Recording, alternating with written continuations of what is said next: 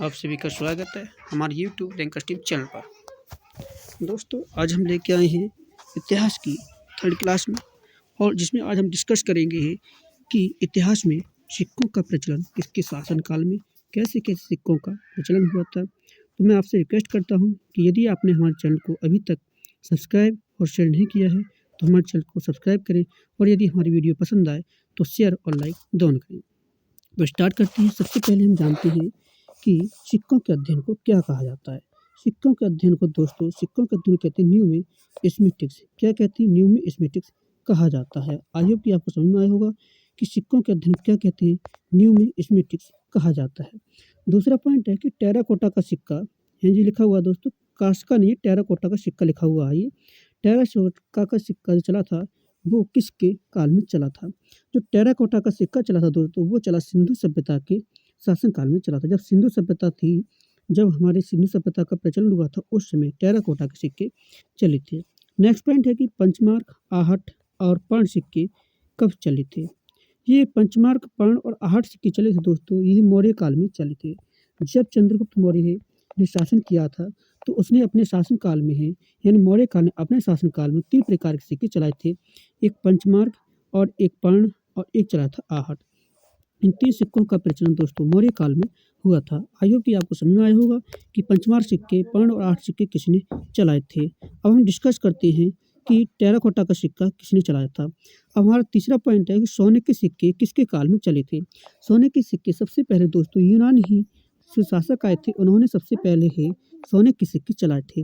इसमें यूनानियों में कौन कौन आए थे? जिसमें भीम कड़फिस और कुजुल कड़फिस, ये कुछ शासक आए थे यूनानी ही जिन्होंने सोने के सिक्के चालू किए थे। सोने के सिक्के के साथ साथ दोस्तों उन्होंने तांबे के भी सिक्के जारी किए थे। तो इसलिए सबसे ज़्यादा इन्होंने सोने के सिक्के चलाए थे यूनानी शासकों ने। तीसरा पॉइंट है कि सर्वाधिक सोने के सिक्के किसने चलाए थे। सर्वाधिक सोने के सिक्के चलाए दोस्तों, सर्वाधिक सोने के सिक्के कुषाण वंशों ने चलाए थे। कुषाण वंश में सबसे ज़्यादा शक्तिशाली कौन शासक था? इसका नाम था दोस्तों कनिष्क। कनिष्क के समय में दोस्तों चौथी बौद्ध संगति हुई थी, और ये चौथी बौद्ध संगति कहाँ हुई थी जिसकी डिस्कशन हम आगे करेंगे। जिसकी बात कर रहे हैं कनिष्क ने चौथी बौद्ध संगति कुंडलवन में कराई थी, जो कहाँ पर थी? जम्मू कश्मीर में कराई थी। लेकिन हमें यहाँ याद रखने योग्य है कि कनिष्क के काल में यानी कुषाण वंश के काल में किसने सिक्के चलाए थे सबसे ज़्यादा? सिर्फ कुषाण वंश काल ने सबसे ज़्यादा सोने के सिक्के चलाए थे। और सोने के सिक्के का प्रचलन किसने किया था? सोने के सिक्कों का जो प्रचलन किया था वो किया यूनानी शासकों ने। आई होप कि आपको यहाँ तक समझ में आया होगा। हम नेक्स्ट पॉइंट की बात कर रहे हैं कि अशुद्ध सोने के सिक्के किसने चलाए थे। अशुद्ध सोने के सिक्के किसने चलाए थे? अशुद्ध सोने के सिक्के चलाए थे दोस्तों, वो चलाए स्कंदगुप्त ने। गुप्त काल में अशुद्ध सोने के सिक्के चले थे, और इन्हें किसने चलाए थे गुप्त काल में? स्कंदगुप्त ने। तो क्वेश्चन पूछे कि स्कंदगुप्त के द्वारा किस प्रकार के सिक्के चलाए गए थे? अशुद्ध सोने के सिक्के चलाए गए थे। और सर्वाधिक सोने के सिक्के कुषाण वंशों ने, और सबसे पहले सोने के सिक्के चलाए यूनानी शासकों ने ही, और पंचमार्क, पर्ण और आहट सिक्के चलाए वो मौर्य शासक ने। और टेराकोटा का सिक्का किसने चलाए थे? वो चलाए सिंधु सभ्यता में चले थे। आई होप कि आपको यहाँ तक समझ में आया होगा। अब हम डिस्कस करते हैं आगे है चांदी के सिक्कों का प्रचलन किसके काल में हुआ था। दोस्तों चांदी के सिक्का का प्रचलन हुआ था वो गुप्त काल में ही चंद्रगुप्त तृतीय ने चलाए थे। चंद्रगुप्त तृतीय शासक बना था तो उसने चांदी के सिक्के सबसे ज़्यादा चलाए थे।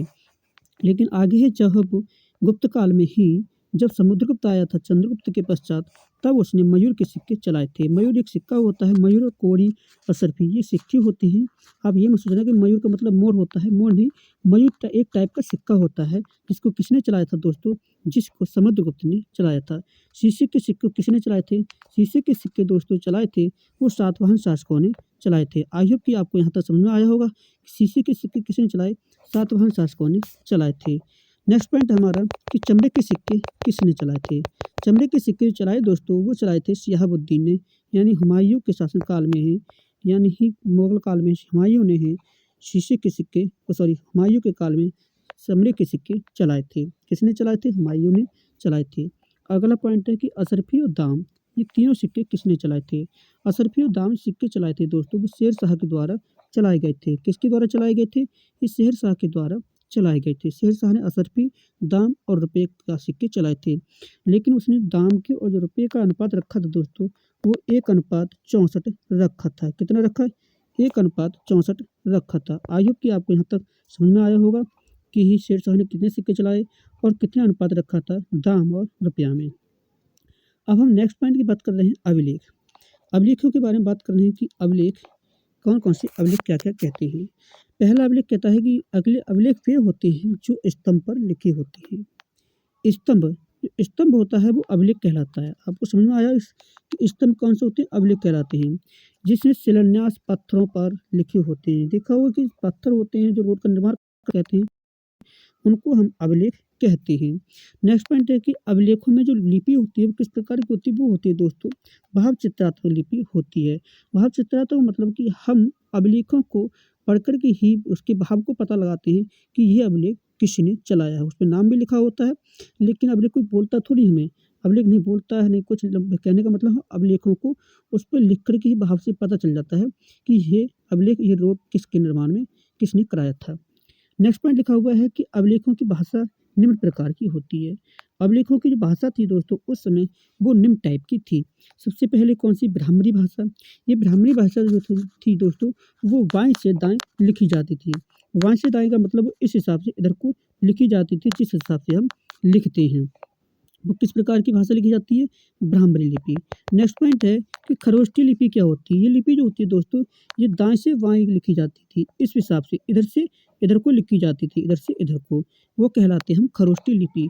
हम जो अभी लिपि लिखते हैं अपने हिसाब से ब्राह्मणी लिपि लिखते हैं जो कि बाएं से दाएं लिखना स्टार्ट करते हैं, लेकिन जो खरोष्टी लिपि थी वो बाएं से दाएं यानी वो किस सब दाएं से बाएं की ओर लिखी जाती थी। तीसरा पॉइंट है कि यूनानी एवं अरमाइक लिपि। यूनानी जो अरमाइक लिपि थी दोस्तों वो पाकिस्तान और अफ़गानिस्तान इन 2 कंट्रियों में है लिखी गई थी। यानी यूनानी सिक्के और जो अरमाइक लिपि लिखी गई थी वो पाकिस्तान और अफ़गानिस्तान 2 कंट्रियों में लिखी गई थी।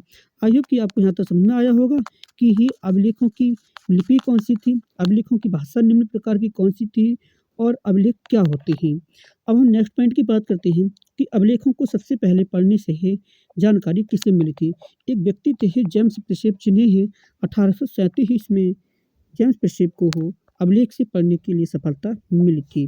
तो याद रखना क्वेश्चन इंपॉर्टेंट है। क्वेश्चन पूछे कि अभिलेखों को पढ़ने से पहले सबसे पहले सफलता किसे मिली, 1837 में जेम्स प्रिसेप को मिली थी।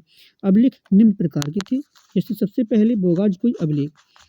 भोगाज अभिलेख क्या होता है, इस अभिलेख में इंद्र, वरुण, मित्र और नासत्य इन 4 देवताओं की जानकारी मिली थी। क्वेश्चन पूछे कि ही बोगाज अभिलेख में किसकी जानकारी मिली है, तो बोगाज अभिलेख में 4 देवताओं की जानकारी मिली है जिसमें है इंद्र, वरुण, मित्र और नासत्य, ये लिखे हुए हैं 3 ये और 1 ये, इन चारों देवताओं की जानकारी मिली थी।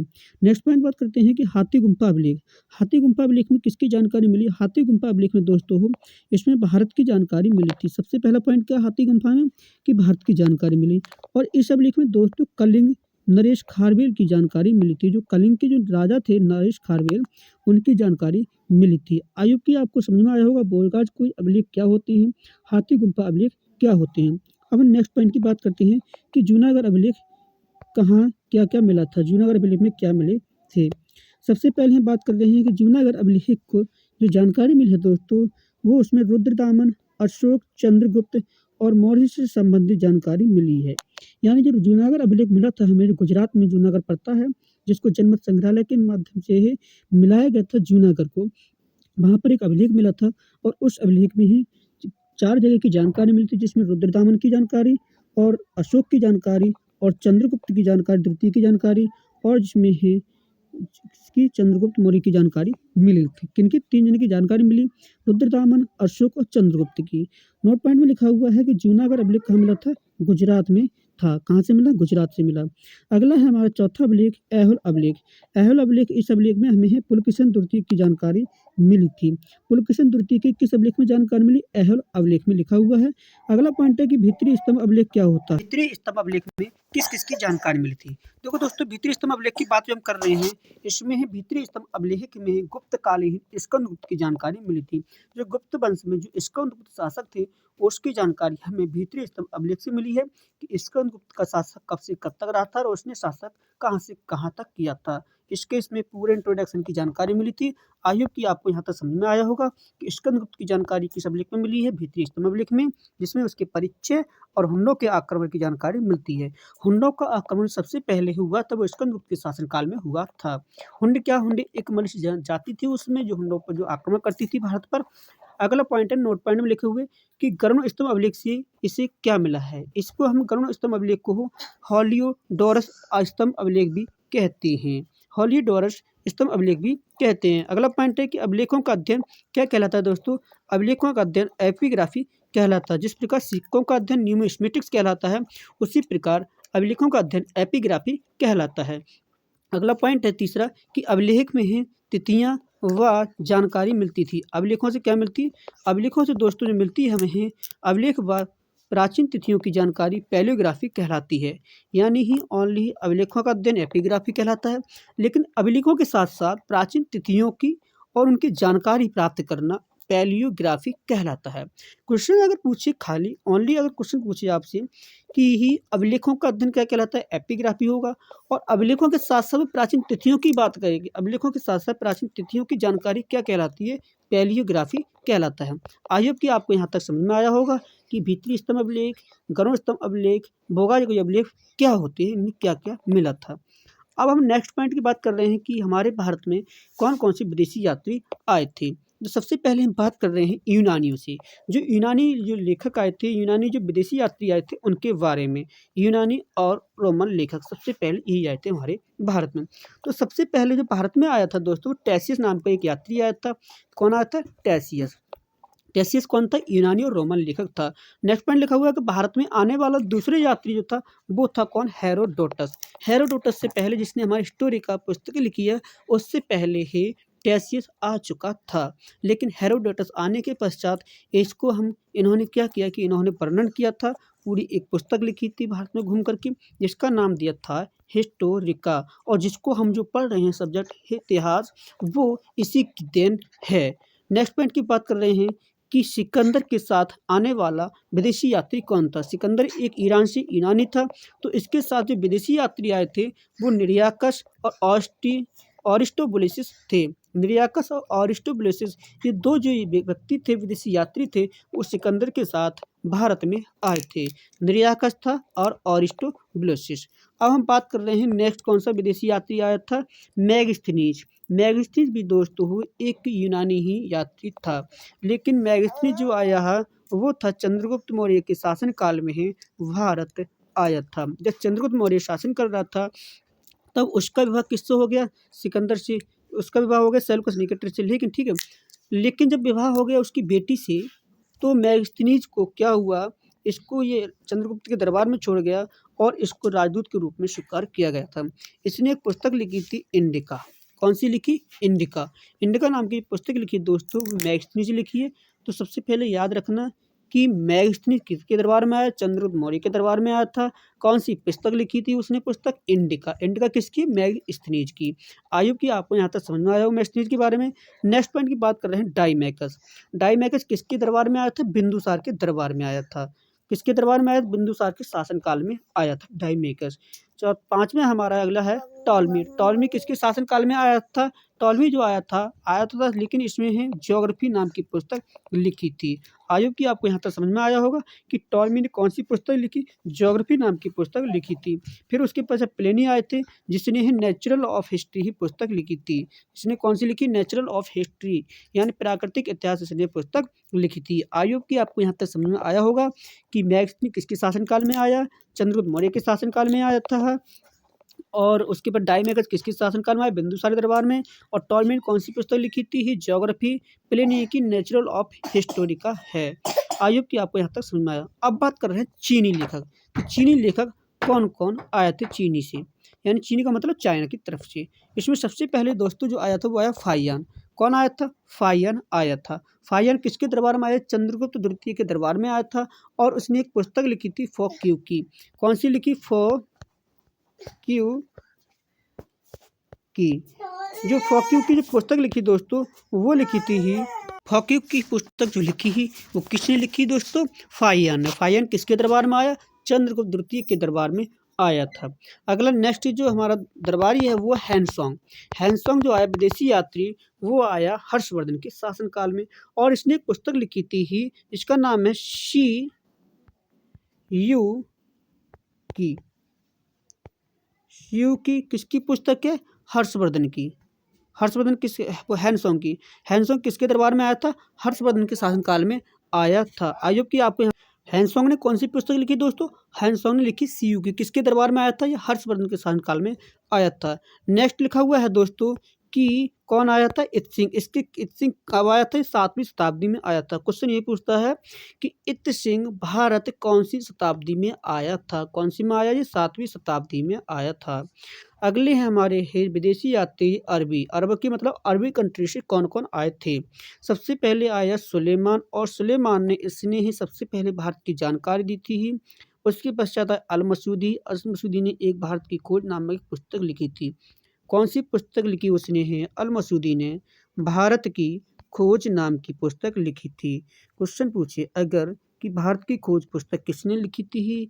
अल मसूदी ने लिखी थी। इसने क्या किया कि भारत की खोज एक पुस्तक लिखी। उसके पश्चात आए थे इब्न बतूता। इब्न बतूता की एक ही पुस्तक है रिहला। इसमें रेहला है दोस्तों, राहेला नहीं है, रेहला। इस हिसाब से लिखा जाता है रेहला, इस हिसाब से। ठीक है दोस्तों, आई होप कि आपको समझ में आया होगा कि इब्न बतूता ने कौन सी पुस्तक लिखी थी। रेहला नामक पुस्तक लिखी थी। उसके पश्चात रज्जाक आया है, यानी अब्दुल रज्जाक, और इसने ही मतला ए शाहीन नामक पुस्तक लिखी थी। ये थे हमारे ही अब तक के सारे आए हुए विदेशी ही यात्री। आई होप कि आपको यहाँ तक समझ में आया होगा। अब हम डिस्कस करते हैं नेक्स्ट पॉइंट में कि एक पुस्तक है Periplus of the natural history. Periplus of the अज्ञात पुस्तक है। पेरिप्लस ऑफ द एरिथ्रीसी अज्ञात व्यक्ति द्वारा लिखी हुई दोस्तों ये एक पुस्तक है। इस पुस्तक के अभी तक कोई जानकारी ही नहीं मिली है कि ये पुस्तक किसने लिखी है। अगला हम बात कर रहे हैं कि संगम साहित्य की ही प्रमुख पुस्तकों के बारे में जानकारी ही सोच रहे हैं कि प्रमुख पुस्तकों की जानकारी किसने ही दी थी। सबसे पहले बात कर रहे हैं कि संगम साहित्य की कौन कौन सी पुस्तक हैं। संगम साहित्य कौन कौन सा था? संगम साहित्य में था एक संगम काल था जिसमें प्रमुख पुस्तकें लिखी गई थी। सबसे पहले जो पुस्तक लिखी गई थी वह लिखी गई तौलक्का पीएम। लेकिन तौलक्का पीएम के लेखक कौन थे? तौलक्का पियर। आई होप कि आपको यहाँ तक समझ में आया होगा कि तौलक्का पीएम किसकी पुस्तक है? तौलक्का पियर की पुस्तक है। नेक्स्ट है कि शिल्पाधिकारम। शिल्पाधिकारम किसकी पुस्तक है? दोस्तों ये है इलंगो आदित्य, इलंगो आदिगल। इलंगो आदिगल नाम की एक व्यक्ति थे जिन्होंने शिल्पाधिकारम की पुस्तक लिखी थी। अगली पुस्तक है हमारी साहित्य संगम साहित्य की मणि मेखला। और मणि मेखला की जो पुस्तक लिखी थी दोस्तों वो लिखी संत जार ने, संत नार ने। संत नाम के व्यक्ति थे संत नार जिन्होंने एक पुस्तक लिखी मणि मेखला। संगम साहित्य की 3 पुस्तकें लिखी गई तौलक्का पीएम, शिल्पाधिकारम और मणि मेखला। आई होप कि आपको यहाँ तक समझ में आया होगा कि संगम साहित्य की पुस्तक कौन कौन सी थी।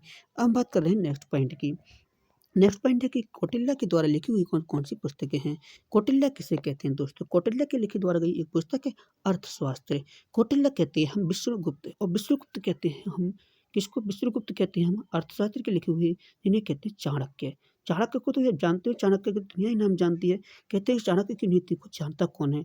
तो चाणक्य दोस्तों वही है जिन्हें हम विष्णुगुप्त कहते हैं और जिन्हें हम कौटिल्य कहते हैं, और जो चंद्रगुप्त मौर्य के प्रधानमंत्री रहे थे। आई होप कि आपको यहाँ तक समझ में आया होगा कि कौटिल्य द्वारा लिखित पुस्तक कौन सी है? अर्थशास्त्र, जिसमें राजनीति के बारे में डिस्कस दिया गया है। अब हम बात कर रहे हैं कि कालिदास के द्वारा लिखी गई कौन सी पुस्तकें हैं। कालिदास ने दोस्तों वो निम्न पुस्तकें लिखी थी अभिज्ञान शाकुंतलम और एक मालिका अग्निमित्र। जो मालिका अग्निमित्र है दोस्तों ये एक प्रेम गाथा है जिसमें ही अग्निमित्र एक शासक था और मालिका जो थी एक इसकी ही प्रेमिका थी, जिसके दोनों के बारे में इन्होंने एक पुस्तक लिखी है कालिदास की जिसे कहते हैं मालिका अग्निमित्र। अगले कौन सी थी? एक अभिज्ञान शाकुंतलम, ये भी एक प्रेम गाथा थी ही। आई होप कि आपको यहाँ तक समझ में आया होगा कि कालिदास की कौन कौन सी पुस्तक लिखी हुई थी। एक अभिज्ञान शाकुंतलम और एक थी मालिका अग्निमित्र। अब हम बात करते हैं कि जैन धर्म की प्रमुख कौन कौन सी पुस्तकें थी। जैन धर्म के सबसे पहले दोस्तों ये बताया कि जैन धर्म के ही संस्थापक किससे कहा जाता है? जैन धर्म के संस्थापक कहा जाता है ऋषभ देव। किसे कहा जाता है दोस्तों? ऋषभ देव को कहा जाता है। ऋषभ देव जो थे दोस्तों वो जैन धर्म के संस्थापक थे। कौन थे? ऋषभ देव के संस्थापक थे। लेकिन 24वें तीर्थंकर कौन से थे दोस्तों? 24वें तीर्थंकर दोस्तों जो थे वो थे महावीर स्वामी ही। कौन थे? महावीर स्वामी थे। और 23वें तीर्थंकर कौन से थे? ये महावीर स्वामी थे, 24वें थे। 23वें जो थे दोस्तों वो थे पार्श्वनाथ। कौन से थे? ये 23वें पार्श्वनाथ थे। आई होप आपको यहाँ तक समझ में आया होगा। इतना ध्यान रखना दोस्तों कि जैन धर्म के ही जो संस्थापक थे वो ऋषभदेव थे, और जो इसके ही 24वें तीर्थकर थे वो महावीर स्वामी थे, और 23वें तीर्थकर थे वो थे पार्श्वनाथ। अब हम बात करते हैं कि जैन धर्म की प्रमुख पुस्तकों के बारे में है। प्रमुख पुस्तक कौन कौन सी है? इसकी एक कल्पसूत्र जो है, कल्पसूत्र, और एक आचरण सूत्र, और एक थी ही इसकी 12 अंग और 12 उपांग, और आदि पुराण। इसकी दोस्तों को कुल 5 पुस्तकें हैं इसकी जैन धर्म की। कल्पसूत्र, आचरण सूत्र, 12 अंग और 12 उपांग, और एक आदि पुराण। ये थी दोस्तों इसकी जैन धर्म की पुस्तकें थी। आई होप कि आपको यहाँ तक समझ में आया होगा कि जैन धर्म की प्रमुख पुस्तकें कौन सी थी। अब हम बात कर रहे हैं नेक्स्ट पॉइंट में है कि बौद्ध जैन धर्म द्वारा कुछ ग्रंथ प्राकृत भाषा में लिखे गए थे। अब हम बात करते हैं कि बौद्ध धर्म की प्रमुख पुस्तकें। यह दोस्तों नोट पॉइंट लिखा हुआ है कि जैन धर्म द्वारा कुछ ग्रंथ जो थे, यानी जो पुस्तकें लिखी गई थी दोस्तों, वो ओनली प्राकृत भाषा में लिखी गई थी, जिसमें कल्पसूत्र, आचरण सूत्र, आदि पुराण और 12 अंग और 12 उपांग ये पुस्तकें थी दोस्तों, वो जैन धर्म की ही प्राकृत भाषा में लिखी गई थी। अब हम बात कर रहे हैं दोस्तों कि बौद्ध धर्म की ही लिखित प्रमुख ग्रंथों के बारे में। ग्रंथों का मतलब प्रमुख पुस्तकों के बारे में, कि बौद्ध धर्म में कौन कौन सी पुस्तकें लिखी गई थी, जिसके बारे में हमें कुछ जानकारी मिलती है। सबसे पहले हम बात करते हैं सुत्त पीठिका। दोस्तों सुत्त पीठिका जो थी एक बौद्ध धर्म से लिखी हुई पुस्तक थी, और एक थी विनय पट्टिका और एक थी अभिधम पीठिका। सुत्त पीठिका, विनय पट्टिका और अभिधम पीठिका दोस्तों ये तीनों पुस्तकें हैं, ये गौतम बुद्ध की जानकारी देती हैं। तीनों पुस्तकों से ही गौतम बुद्ध की जानकारी मिलती है, किसी में उसके इंट्रोडक्शन, किसी में उनके उपदेश मिलते हैं। आई होप कि आपको यहाँ तक समझ में आया होगा कि बौद्ध धर्म की लिखित पुस्तकें कौन कौन सी हैं। सुत्त पीठिका, विनय पीठिका, अभिधम पीठिका। अब हम बात करते हैं कि महात्मा बुद्ध के द्वारा लिखित पुस्तकें कौन कौन सी थी। महात्मा बुद्ध ने जिन्होंने कुछ पुस्तकें लिखी की थी, एक थी ललित विस्तार। ललित विस्तार में क्या मिलता है दोस्तों कि महात्मा बुद्ध की जानकारी, महात्मा बुद्ध की जीवनी की जानकारी मिलती है। यानी जो ललित महात्मा बुद्ध के ऊपर जो लिखी गई पुस्तकें थी दोस्तों, एक थी ललित विस्तार जिसमें ही उनके महात्मा बुद्ध की जीवनी की जानकारी मिलती है। एक थी जातक कथा। जातक कथा थी दोस्तों जिसमें ही महात्मा बुद्ध की कम से कम 200 कथाओं की जानकारी मिलती है। महात्मा बुद्ध की 200 कथाओं की जानकारी किसमें मिलती है? जातक कथा में है। एक थी अंगुत्तर निकाय। अंगुत्तर निकाय एक ऐसी पुस्तक है दोस्तों हो जिसमें 16 महाजनपदों की जानकारी मिलती है। कितने? 16 महाजनपदों की जानकारी, जिसमें हमारे दोस्तों 8 महाजनपद कहाँ पर है? उत्तर प्रदेश में है। और जो 8 महाजनपद हैं दोस्तों वो 8 कितने हैं? उत्तर प्रदेश में है। और जो 8 महाजनपद हैं पूरे भारत के हैं वो शेष राज्यों में उपस्थित हैं। वो कैसे में शेष स्टेट में उपस्थित हैं, यानी अदर स्टेट में उपस्थित हैं। आई होप कि आपको यहाँ तक समझ में आया होगा कि टोटल 16 महाजनपदों की जानकारी किस पुस्तक में मिलती है? अंगुत्तर निकाय में।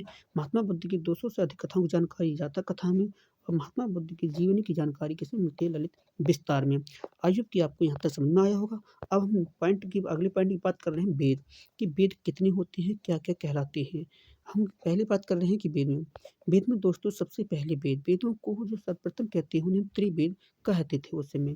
त्रिवेद क्यों कहते थे? क्योंकि उसमें सबसे पहले ऋग्वेद थे, और ऋग्वेद के साथ साथ एक था हमारा यजुर्वेद और सामवेद।